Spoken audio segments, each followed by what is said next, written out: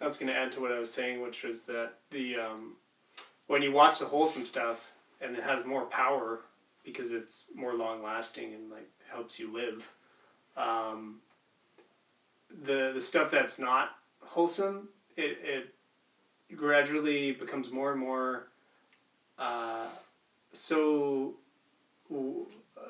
like your desire is to ignore it and to not even engage at all, and to your interest drops away to such an extreme that it's like that, like, you can go right past it. You could like, I started watching a couple episodes of a show, and then I realized this is going to be so forgettable to my life in a month. I'm not going to even remember the show because it has no meaning really, and then see ya. And then the things that would have intensity that you give all of your power to because you're reacting to it, and like attachment and all this other stuff gets in there. So like intense moments, big sad moments, big whatever things that people think is like, which the show had also. Yeah, so it's like, I want to. An audience might be like, but I want to have the big emotions or whatever else. It's like, no, you're just addicted to it. That's why you can have upset moments in life, and if you like didn't have the upset moments in life because you had enough awareness, you could observe this stuff, still feel it, but not react to it. So now it's like you get it so much fuller, but you might not express it. That's why I was capable of just dropping the show like that. Yeah. Rather than most other people I know who are into art, were like, this show's awesome, and it's like, because it was well done art, and it was like visually, but knowing how just garbage it was in other ways, I was just like, But so most people would not, or like the most people who talked to you, or heard about it, they'd be like, grab onto it and stick with it because of that sensation. Those intense moments. And, all that other stuff.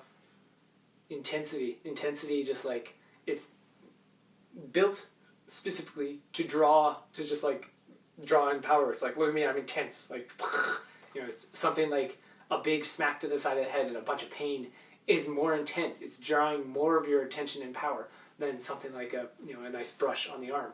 But eventually you just realize that it's all sensation. You can feel all of it. You can feel it a lot more than reacting to it. Because if you get punched and you react to it, like, pain, and you like try and duck away and avoid it or something, you're not feeling it. Yeah. You're subjectively imposing your attachments upon the moment. And your ability to feel all the other feelings, sensations has greatly diminished. Yeah, like you've become insensitive. That's like why that word is, like, people use that word backwards. Like, to be sensitive means it doesn't faze you. To be insensitive means it phases you because you're putting something between you and the sensations. Like, this is a bad thing and I need to avoid it.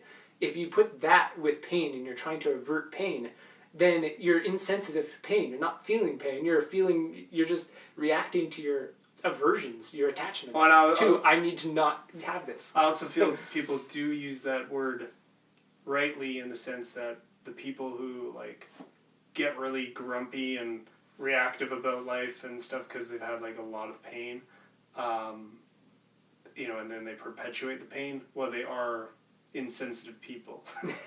So then it's like you are actually insensitive. Yeah. Emotional outburst means insensitive.